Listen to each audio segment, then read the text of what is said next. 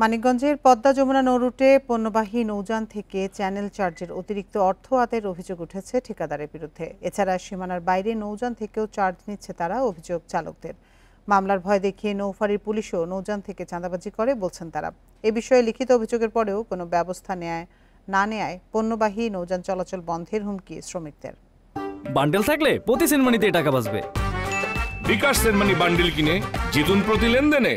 রাজবাড়ীর গোয়ালন্দ থেকে কুষ্টিয়ার পাকশি পর্যন্ত পদ্মার নৌরুটে পণ্যবাহী নৌযান থেকে চ্যানেল চার্জ আদায় করে গ্রুপ অন প্রাইভেট লিমিটেড নামের একটি প্রতিষ্ঠান।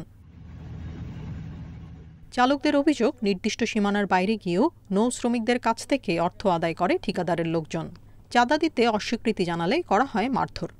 ওনাদের চাহিদা অনুযায়ী না দিলে ওনারা আমাদেরকে হামলা দিয়ে হয়রানি করে। 25-30 জন লোক থাকে, লাঠি চোটা নিয়ে ওঠে, কাউরে আঘাত করে। এগো নির্যাতনে আমরা জাহাজ চালাইতে আমাকে খুব কষ্ট হয়ে যায়। শুধু ঠিকাদার নয়, মামলার ভয়ভীতি দেখিয়ে চাঁদাবাজির অভিযোগ উঠেছে পাটুরিয়া নৌফাঁড়ির পুলিশের বিরুদ্ধেও। সম্প্রতি নৌফাঁড়িতে লিখিত অভিযোগ দেওয়ার পরেও কাজ হয়নি বলছেন নৌযান শ্রমিকরা। এটা আন্তর্জাতিক রুট, এই রুটে যখন তারা এই মাসুল নিতে আসে তখন এটা একটা চাঁদাবাজির আওতায় পড়ে। বিগত 1 বছর জানিয়ে আসতেছি প্রশাসন এবং পুলিশকে। তবে সীমানার বাইরে গিয়ে চ্যানেল চার্জ আদায়ের অভিযোগ সত্য নয় দাবি ঠিকাদার প্রতিষ্ঠানের। একইভাবে নৌ পুলিশের চাঁদাবাজির অভিযোগ নাকচ করলেন কর্মকর্তা।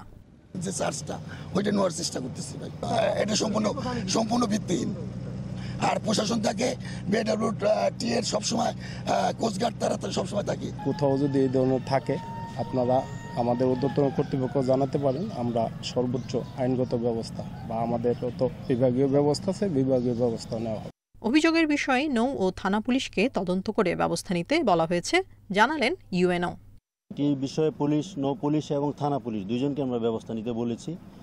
তারা প্রয়োজনে চাঁদাবাজির মামলা যাদের কাছ থেকে নিচ্ছে তারা যদি চাঁদাবাজির মামলা দেয় আমরা আইনগত প্রক্রিয়া গ্রহণ করব। পদ্মা যমুনার নৌরুটে প্রতিদিন 3 শতাধিক বাল্কহেড ছাড়াও বিভিন্ন ধরনের পণ্যবাহী নৌযান চলাচল করে। চাঁদাবাজি বন্ধেই ব্যবস্থা নেওয়া না হলে অনির্দিষ্টকালের জন্য নৌযান বন্ধ রাখার হুমকি শ্রমিকদের। Independent news.